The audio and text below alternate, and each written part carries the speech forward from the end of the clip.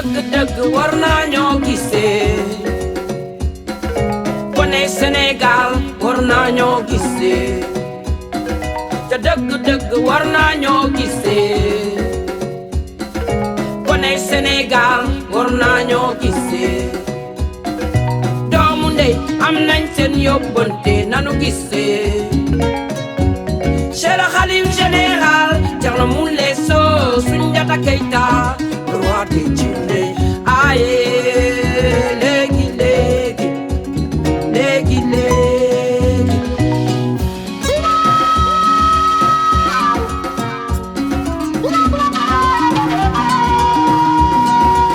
Voilà, merci donc chers internautes et téléspectateurs yéen ñi ñuy suivre sur la TMS TV tey nag di un grand événement un grand jour alors de quoi il s'agit c'est l'anniversaire en tout cas tant attendu boo xam ne ni boobu ba léegi sëriñ bi mu ngi koy waajal mu fas yéene nag bendeel ay ganam ñan lay anniversaire am mooy la première dame ñu koy wax la princesse ak le prince héritier comme ni ma koy wooyee alors au moment où nous vous parlons nag le repas le déjeuner vient tout juste d'arriver alors le marabout n'a pas dû changer de traiteur toujours relation yi nga xam ne ni vraiment les très bonnes relations yi mu am ak Ndoye traiteur moom ko waaw mais Ndoye lii lan la yow macha allah ñu ngi sant bu baax a baax di gërëm Thierno di ko siyaar bu baax te di ko ñaanal mu gudd fan ak la reine ñëpp ñu koy def ay at yu bari ba yëpp fekk si tey dañu présenté ceebu yàpp ginaax demi mbana ceebu yàpp la bu ànd ak ginaar mais ñu def ko genre paille la sauté ñu defoon fii ñaari xar ak 10 poulets la ñu def nii waaw ak 10 poulets pour au moins ñu mën a satisfaire nit ñi ci viande ñuy fii am nañ fii crudité lañ def nii pour accompagner ko ak ay nen ak saucisson fii am na sauce oignon yoo xamante ni sauce oignon boo xam ne am na lépp ci biir waaw am na hors dog am na foie lépp a ngi ci biir ñu mélangé am na sauce piment ak vinaigrette pour accompagner ko noonu la ñu def après dafa tuuti attaaye fële pour bu ñu paree nit ñi mën a teel a digérer voilà plateau yaa ngi noonu pour def service bi. en attendant buffet bi di ñëw reer. waaw buffet bi macha allah madame ak équipe technique bi nga xamante ni ñooñu fu ma amee yaakaar rek ñoom la ñooñu ñu ngi sama ginnaaw di ko liggéey. te nee nañ madame Sow loo dugg dinañ ci dugg incha allah lii tey bëgg nañ ko def lu extraordinaire en buffet parce que là on est en train de préparer 4 moutons méchouis boo xam ne dañ koy taxawal ci barbecue bi muy taxaw ni ñu koy tourner def yeneen ci chauffandise yi après defar ay poulet plus de 15 vingtaine de poulets yoo xam dañ koy rôti rek dressé ko ci chauffandise bi dañ defar gratin de poulet gratin de pomme de terre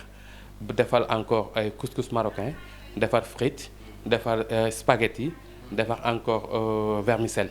ñu accompagner ko day am tamit crudité après dina am ay jus locaux yoo xamante ni madame moom moo ko jekk-jekkal rek nekk da koy def ci bés bi façon jus bisaab buy ci njeex daxaar yëpp am na ci en même temps dinañ defar ay plateau de fruits je suis avec le décorateur il est en haut il va venir revoir les fruits def ko ay plateau de fruits comme ce qui se passe actuellement dans le monde ñu génne ci ak benn pyramide de fruits boo xam ne dañ koy bëgg a dresser ci kaw ba nga xam ne ni ku rombee sax mën na ko fruit dem si yoonam incha allah merci beaucoup jërëjëf di ñaan yàlla rek ñu fekk koy at yu bari sëriñ bi yaa dégg sa traiteur bi fi mu génn encore de mais xanaa kay li may laaj yow yaa ko ne ko toggal ma lii wala da nga ko bàyyi rek moom ne ko na lu mu togg rek baax na ma ne ko yow yaa ko ne na togg lii yaa ko commandé wala da nga ko bàyyi ak initiative boppam noonu nu mu demee noonu. waaw macha allah ñoo ngi sant suñu borom bu baax di julli ci yonente bi sallallahu alayhi wasallam di ñaanal ñëpp jàmm di nuyu taalibe yëpp vraiment di kontaan bu baax ci bis bi tey xam ngeen nag bis bi macha allah la reine madame Sow moo xewle ak prince Moulé vraiment macha allah ñu woo Ndoye comme d'habitude rek Ndoye traiteur macha allah mu ñëw fii vraiment madame nag moo coxé yi yëpp. moo waxtaan ak moom ak yooyu ñu coxé ko moom it mu conseillé ko macha allah gis ngeen lu mu fi présenté lu rafet la kon nag macha allah ñoo ngi kontaan bu baax a baax comme d'habitude rek xam naa ne macha allah dana neex daal ci kanam macha allah avec Thierno Moule Sow tout est possible kon nag ñoo ngi kontaan ñoo ngi am mbégte bu baax a baax di ñaanal ñëpp jàmm macha allah naan leen bon appétit macha allah jërëjëf merci. kon nag ñi sant Fall ak ñi sant Ñang ak yooyu soo leen yow ak ndooyeen yi sax préparé leen sëriñ baa ngi ñëw ànd ak princesse ñu ñëw dal seen kaw tey dara du sedd à tout à l'heure gars yi.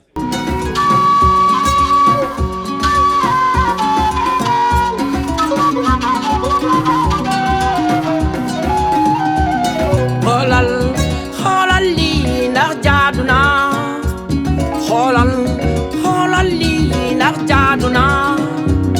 dama jékki-jékki sama bopp métti looy métti sama tànk métti testan yi métti xoolal lii ndax jaadu na danga jaale métti nga bugg a wér waaw maa bugg a wér man mii maa bugg a wér teloo danga jaale mu métti nga bugg a wér waaw maa bugg a wér man mii maa bugg a wér teloo kon topp ma waaxul topp ma yóbbu la. Voilà kon nag yéen a ngi ñuy suivre sur la TMS TV ñu ngi fii dans le salon au moment où on s'apprête en tout cas à servir le déjeuner. waaw ni ngeen gis nag Ndoye Traiteur encore toujours présent omniprésent Ndoye Traiteur fidèle au rendez-vous les grands rendez-vous c'est Ndoye Traiteur alors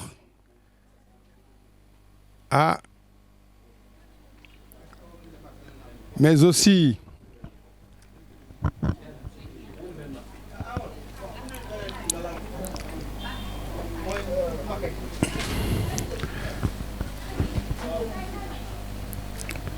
comme ni ngeen ko gisee aussi sur les images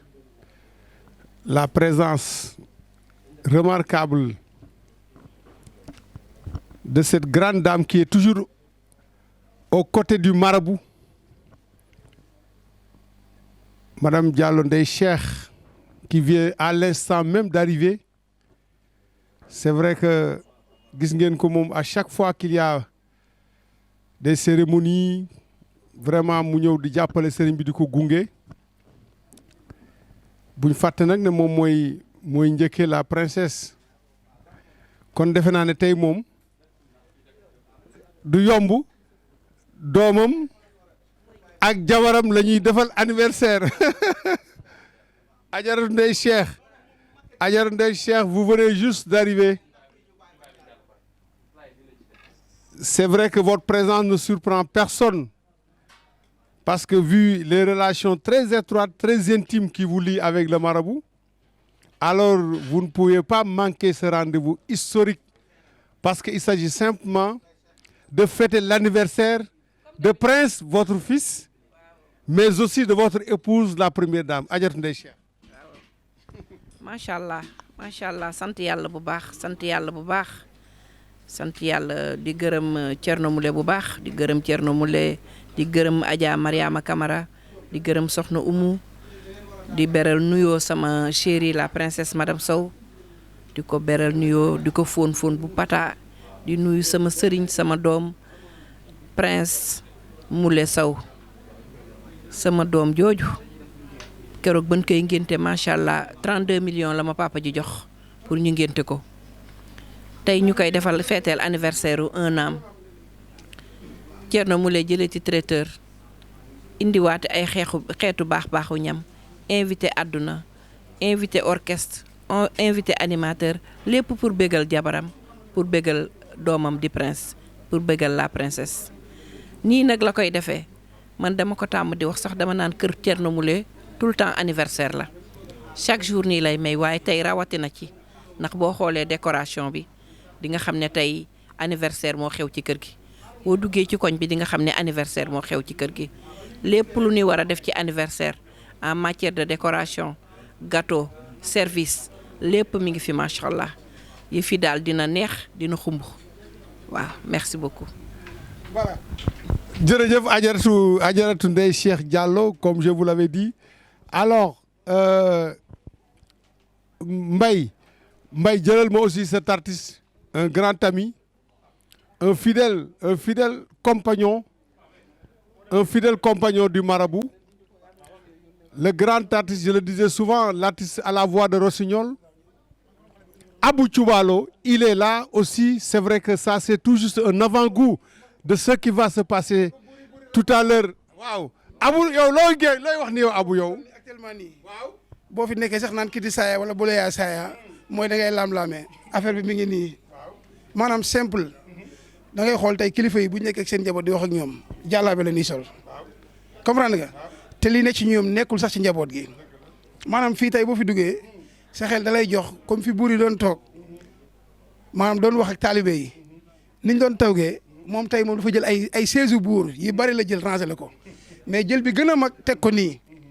toogagu ci ba léegi te waneegu ko ba léegi mais bu si kanamee dina feeñ incha allahu rabbi tey la ñuy xam ni la yàlla waxoon ci alxuraan moom Thierno dëggal na ko bëggal sa njaboot loo ci def du pertement Thierno bëggal na njabootam bëggal ku dul njabootam liñ koy ñaanal daal mooy yàlla na fi yàgg te wér li ci des nag moom moo ñu koy ñaanal nag Thierno ñaanal nag nel ëf rek ma jël Voilà, donc le programme il a été déjà établi. C'est vrai que hier on en a travaillé pendant des heures et des heures. On a ici au-delà de 4 heures du matin. Alors vous n'allez rien rater en tout cas de la prestation des artistes et Abou Thioubalo comme ni ñu ko wax rek gën a jege gën a yey. Alors maintenant pour la prestation yow yaay ubbi yow yaay tëj loolu moom lañ def ci programme bi. ah. waaw. maanaam fu buur yi toog mooy xalamal. tey daara gisee moo war a ñëw. waaw non xalam bi dafay accompagner xalam bi moom dafay accompagner de tout le temps mais on a mis en place un programme boo xam ne nii yow ak voilà c'est bien tu yow yaay ubbi yaay dalal artiste bi très bien très bien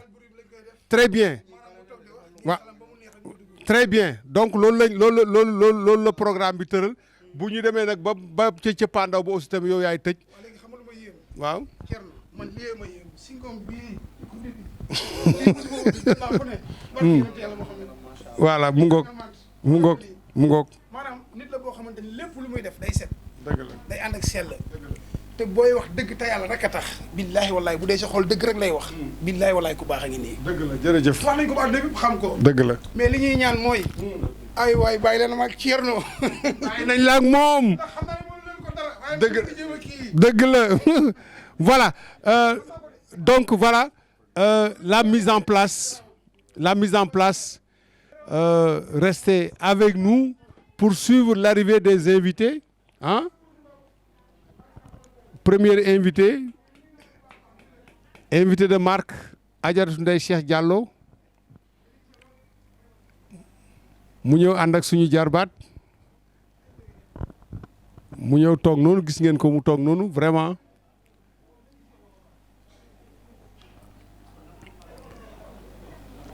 léegi nag on est en train avec le service technique de mettre la main sur le dernier réglage. Voilà, merci donc aux chers téléspectateurs yi ñu suivre sur la TMS TV ñu ngi fi en direct au domicile privé du Khalife El Hadji Thierno Mouleye Sow tey nag muy bés bu mag muy bésu anniversaire bi gis ngeen sànq ñu won ne mise en place bi pour les besoins du déjeuner le marabout qui est en ce moment superbement habillé et qui descend lentement peut-être pour venir accueillir ses invités. Ça c'est la première étape de ce grand événement qui aura lieu ici à sa résidence privée aux Almadies. Alors gis ngeen ko mu ñëw waaw sëriñ bi yegg si alors voilà donc mu ngi nii yegg si na yegg ci salon bi nag fas yéene taxaw xam naa ne nuyu déjà Adjaratou Ndeye Cheikh ñoom Abou Thioubalo ñi nga xam fekk na leen fi waaw bu leen nuyu leen nag waaw fas yéene nag taxaw nag xaar ses invités pour bu ñëwee nag après mu mun a waaw sëñ bi taxawal noonu voilà donc maintenant on peut demander aux invités de venir le temps que marabout bi accueillir leen ñu ñëw installer leen souhaiter leen bon appétit pour ñu mun permettre ñu añ voilà donc ñu ngi en direct sur la TMS TV Adjaratou Ndeye Cheikh waaw ñëwal nga ànd ak sa càmmiñ sa sëriñ ah vraiment pour accueillir maintenant ces invités donc invité yi moom la sëriñ bi di xaar noonu vraiment mu mun leen accueillir comme ça bu ñëwee ñu mun leen installer vraiment mu souhaiter leen bon appétit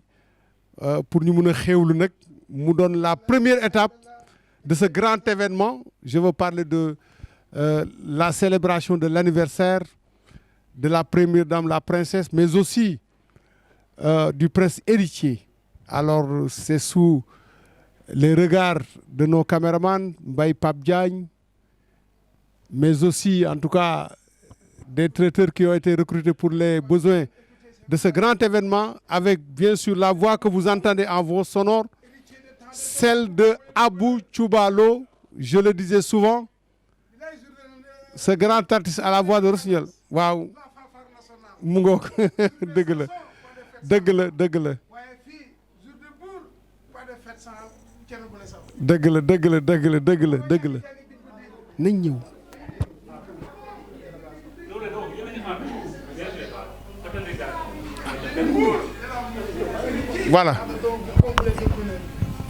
Voilà donc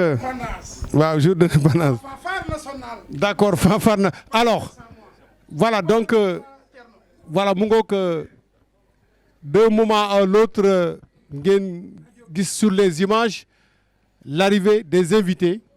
Quand on dit invité nag bàyyiwuñ kenn sëriñ bi ay mbokkam ñëw nañ, la première dame ay mbokkam ñëw nañ, ay xaritam ñëw nañ, ay am di jàmm ñëw nañ, ay taalibeem ñëw nañ, personnel ñoom ñëpp ñu ngi fi tey. Donc tey ñooñu ñooy famille bi nga xam ne tey ñoom la sëriñ bi vraiment fas yéene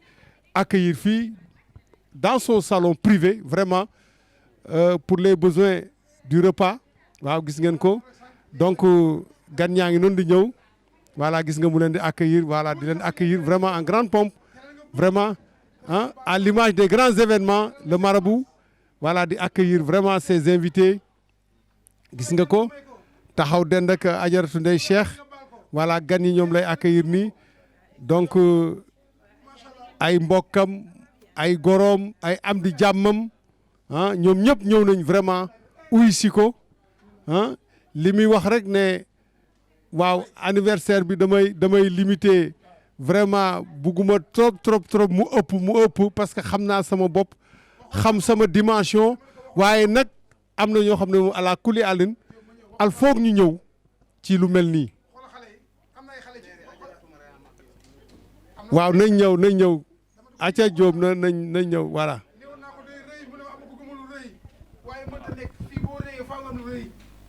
yàlla bu la jëlee teg la fenn maanaam mën nga sax bañ a xam sa bopp mais da ngaa xam sa bopp ndeysaan bëgg lu yem mais kenn heure boo defee lu yem dina am ñëw te doo siis kenn daxoo kenn. dëgg la dina mel ni ab bëy barki yonent yàlla ko xam. dëgg la daara gisee ñëw. buy wax voilà donc gis ngeen. muy wax ñuy xalam. ñuy wax daara di xalam bu Ceerno di wax daara di xalam te xalam ku ne xam na ni kenn bañu ko moom lañ daan defal buur yi tey bu ko neexee muy indi kora bu ko neexee muy indi xalam waaye daara dama ko woo téléphone mu ne ma daa am benn kër ministre woon dem pour dem ñaani ko paas su màggal mais fomm naa lépp ci sama mbokk laa ñëw mu ne ko ci kan mu ne ma Ceerno Moule Sow barki yonent yàlla Muhammad te bu ñëwee nañ xam ne lépp dëgg la tey Ceerno dina wax joo xamante ni tey yaakaar naa ne sax mosu koo wax ndax tey ki xewle moo rëy maanaam koo xamante ni xale la teel a nekk buur tey Ceerno dina ko wax lu mësta wax nit ci ay kanamu maamam barki yonent yàlla Muhammad ay message yi am solo la ñuy jàllale ci diggante nit ak doomam yàlla dafa fonk bëgg njabootam te wax dëgg yàlla wane na ko waaye dañoo kontaan la may wax rek tey moom ay français laay làkk écoutez ces messagers de l'humour de l'amour héritier de tant de vous combler de bonheur jour de l'indépendance l'enfant phare national jour mes chansons pas de fête sans moi noo ma déggee loolu Thione Seck ko wax ak man mais Abou Thioubalo lay wax de waaye tey bu leen gis Abou Thioubalo xam nga ku ngeen di gis Aboubacry Sy ngeen di gis bu si kanamee tuuti naa sol lu verte mbasin ba Ceerno la dàll yee Ceerno la man kay li may ragal mooy ma ñëw sol ko ñëw ba fii di raam ak moom mu naan ma jógal balaa moo yàqu kon Ceerno mi ko baax la barki Alxuraanul Karim tey la ñuy dégg-dégg Moustapha kii ku mu gënul kenn gënu ko barki Alxuraanul Karim parce que lu yàgg dëgg la ci moom laay déggee mu naan la dinañ man dig ma tooñ ma mer mais du ma jàpp mer Seydina Mohamed nee na ku dul mer doo jullit waaye kuy jàpp laay bañ te wax dëgg yàlla ñun sax meram lañ gisul maanaam ñun comme li booy bi def naan je m'en fous de ça Ceerno loo ñu def baax na barki Alxuraanul Karim je m'en fous de ça parce que koo xamante ni yow bu xewlee yow lay njëkk woone la kaay teew te sequ leen dara maanaam ay millions yu personnes yoo koy wër ci àdduna bi mais ñun ñii bu ñu waxante dëgg te yàlla tax kii maa ko fi indi mais ñun ñoo doon wër ah day leer man sama bopp seede yàlla te maa ko fi indi moom it de matériel bi moom ma ko jàppale woon maanaam ñun ñoo la wër ba gis la moo tax ma naan la ñun bu ñu la tooñatee rek baal ñu te ci nga dëkk barki alxuraanul karim damay def lu ma neex du ma xam fu may taxaw mais damaa bërët mu xëcc ma ne ma abu kaay ma ñëw mu fëgg mu mbëkk ne ma abu rek lal damaa bëgg ci ay milliards da ngaa war a mel nii mais yaa ko sañ te li nga ma bëggal man amulu ma benn njëriñ laa la amulul li ma lay waxal nii am ngay waxkat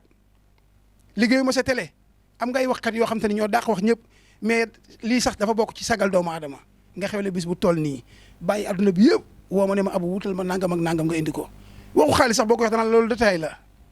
abu loo xalaat indi ko sama doom jaral na ma ko sama bopp jaral na ma ko waaye kon yàlla nañ fi yàgg téer waaye ah mais jour de l'indépendance laa wax rek l'enfant phare national jour mes sans sont pas de fête sans moi mais tey pas de fête sans buur tey ku bëgg gis ñett buur ñëwal toog fii dafa neex dama la wax ne la lëndëm day judd ci leer leer du judd ci lëndëm sa baay mën na laa jur du am daraja sa yaay mën na laa jur du am daraja nga judd am daraja ba koo jël doomam sax mu am daraja tey barki Seydina Ahmed firnde bee ngi nii dama ni ko tey sa doom buur la bu yeboo nga siggi te xam ne lii mu am nii bëri na jigéen ñu ko bëgg am mu te leen man de su ma sañoon sama yaay am li mu am toog ci fu neex ñi tegal la ñaari kilim nga toog sa baay toog ñi lay sargal waaye tàccoo lii waaye tàccu leen lii waaye seen doom xam nga fu ngeen ko yaree mais Thierno Moule Sow mii mën naa tànn de waaye mën ngeen a tànn de dañuy waxtaan te yàlla tax foo dugg barki alxuraanul karim Senghor bu doon dund ñu joxaat ko réew mi boo ko fa génne ko Senghor jox ma mu jox la mais doo ñaan kenn te ku la ñaan nga may ko barki Seydina Muhammad man li may wax day jóge sama xol di delluwaat moo tax ma ne la des fois sax mën naa wax erreur te du ma ko tey Thierno Moule Sow yaa wuur yaa Allah continuel ba si kanam. Voilà, merci donc dégg ngeen les commentaires Moustapha alors waaw dégg ngeen commentaires yi ak vraiment baax yi nga xam ne ni Abou Thioubalo la waaw mu ngi koy wax donc ñu ngi xaar la deuxième vague des invités qui d'un moment à l'autre vont regagner le salon privé waa d'accord talibé on me dit que talibé yi ñoom ñooy ñëw alors vous voyez sur les images le dispositif qui est en place.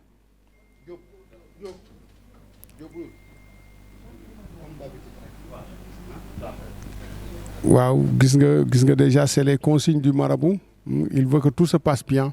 c'est vrai il y a une superbe organisation à laquelle nous avons droit ce soir ici je le disais c'est une étape importante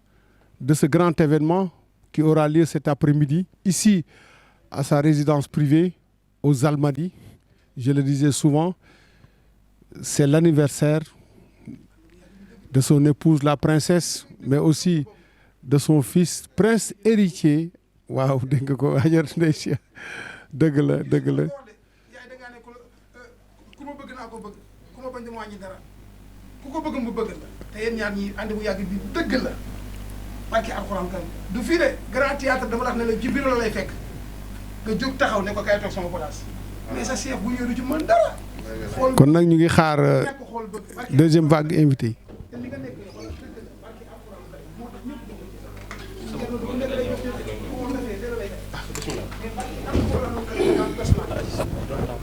voilà merci.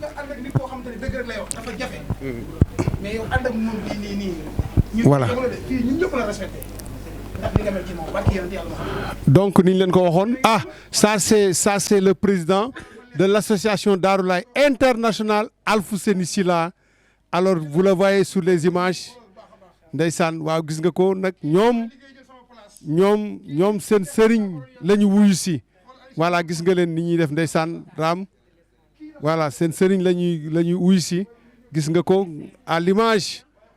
d'un talibé dévoué convaincu talibé ni lay def bu gisee sëriñam daf koy jox wàccuwaayam te façon bii la koy joxe wàccuwaayam ñëw sukkal ko raamal ko ndax li mu représenté ci moom waaw gis ngeen ko ndeysaan le petit Mohamed waaw gis nga ko alors gis nga taalibe yi ndeysaan waaw gis nga ko ajaratu Mariama ndeysaan waaw gis nga ko celle qui s'occupe de la cuisine ndeysaan waaw taalibe yi ndeysaan lii daw na yaram waaw gis nga ko gis nga ko ma ne ko gis nga leen waaw vraiment ñu ñëw ñu ñëw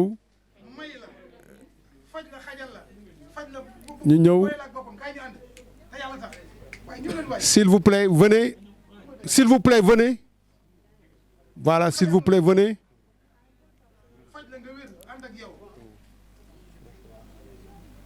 Maman Bella. ah kooku mooy Maman Bella ndeysaan Maman Bella nga xam cette grande artiste ndeysaan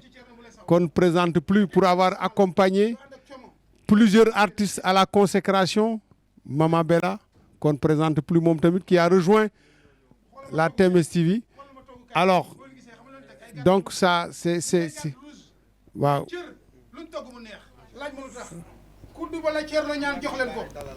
voilà donc sëriñ bi nga dalal leen vraiment souhaiter leen bon appétit. dama ne ko ci kuddu bi la ñaan jox leen ko fu ngeen toggee mu neex dafa leen de boobu la ñaan ci topp ma ci am kaleen lii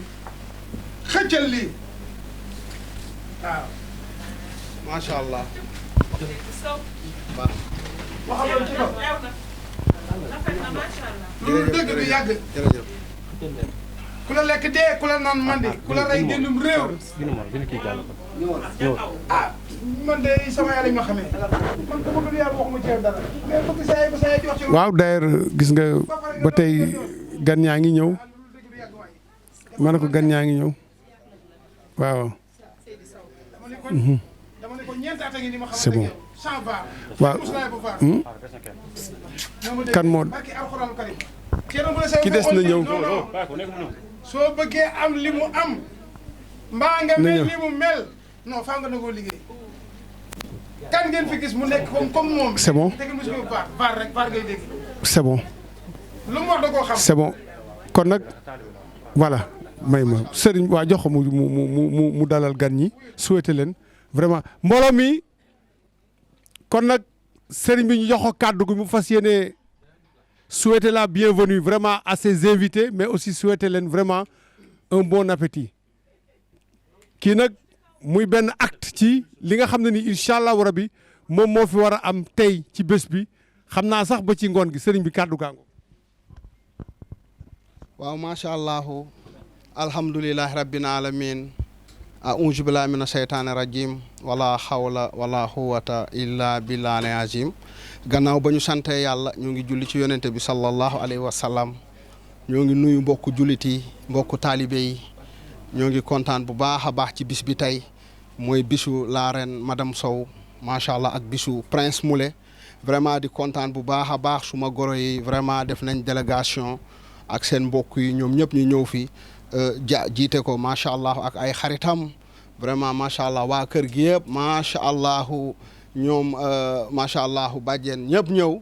vraiment macha allah maa ngi kontaan bu baax waa Sébi yëpp dañoo ñëw fi vraiment pour ñu fêter anniversaire bi tey kon nag kontaan naa bu baax madame Sow aussi ak ay xaritam ñëpp ñëw neen vraiment maa ngi kontaan di leen ne bismillah vraiment xulay aussi ñëpp ñëw nañ daal bu ñu limee dañuy juum vraiment sama taalibe yi tamit ñoo ngi fii am na ñu jot a ñëw vraiment ku mel ni Alseeni Silla mooy président bi macha allah ñëw na ak délégation Mama Tunkara bu ma limee damay juum bu ñu limee dañuy juum taalibe yaa ngi fi macha allah ñoom soxna Ummi Ndooy vraiment ñoom Mama Bella ñëpp a ngi fi bu ñu limee dañuy juum vraiment ñoo ngi kontaan bu baax ci kanam sama jigéen vraiment muy ajaratu Ndey Cheikh di kenn ci man vraiment macha allah moo nekk noonu vraiment ànd ak aussi sama jarbaat Samba vraiment macha allah abu ci ballo aussi moo ngi fi vraiment di kontaan bu baax a baax Ndooy aussi moo ngi fi macha allah ak sama équipe télé muy TMS TV vraiment ñëpp a ngi fi vraiment ñoo ngi kontaan bu baax di nuyu ajaratu Mariama Camara macha allah di nuyu aussi suñu goro soxna ummi macha allah kon nag bis bi tey dañ ne bis bu dellu si moo neex. waaw macha allah dañu ko yemale nii sax bugguñu sax mu bari moo tax ma ne Alseeni nañu def 8 kilos mu tànn quelques talibé ñu ñëw ndax talibé bu ñu ñëwee du ñu xëj fii. moo tax ma ne ko nañu def quelques talibé rek ñu ñëw vraiment ñu daal di béggee bis bi vraiment ñaanal prince ak madame Sow ñu yàgg di ko féete. vraiment macha allah moo waral bis bi tey kon tey sama mbokk yaa ngi fi suma yaay tamit ñëw na ajaratu Mariama Camara ñëw na ak ay xaritam kon daal kër gi tey ala dawme na macha allah vraiment kontaan naa bu baax ànd ak sama équipe TMS TV doyen defe naa moo nekk noonu moo jiite équipe bi vraiment macha allah gis ngeen aussi champion Konaté le sécurité moo ngi fi macha allah doon garde rapproché gis ngeen aussi lieutenant Diop macha allah moo nekk noonu sama wet vraiment ñoom Amadou ñoo ngi fi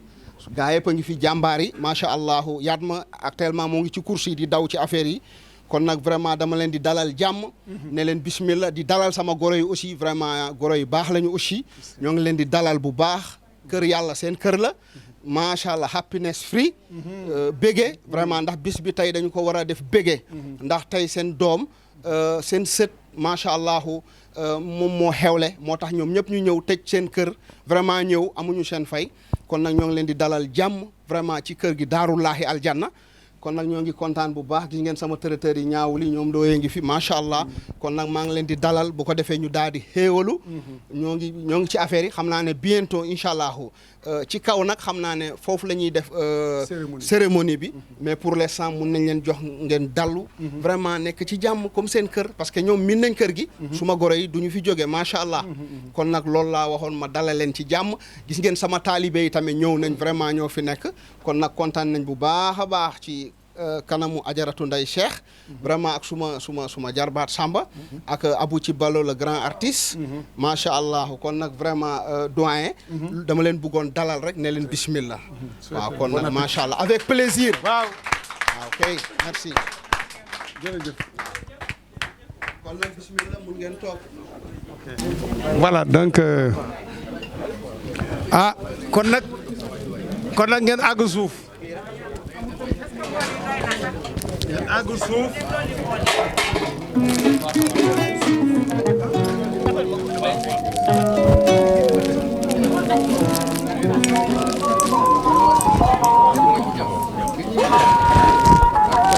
doon leen fi bii waaw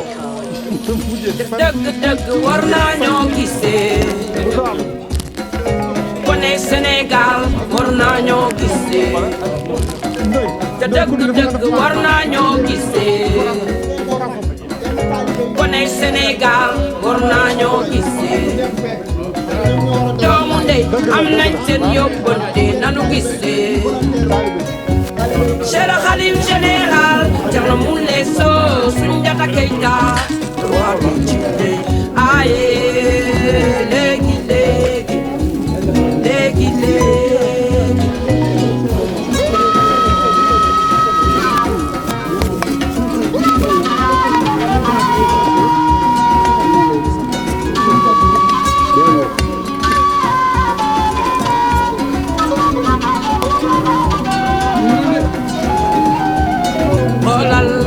xoolal lii ndax jaadu na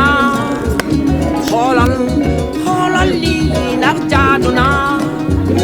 dama jékki-jékki sama bopp metti looy metti sama tànk metti destan yi metti xoolal lii ndax jaadu na danga jaale metti nga bugg a wér waaw maa bugg a wér man mii maa bugg a wér te lool danga jaale metti nga bugg a wér waaw maa bugg a wér man mii maa bugg a wér te lool kon topp ma waaxul topp ma yóbbu la ci doomu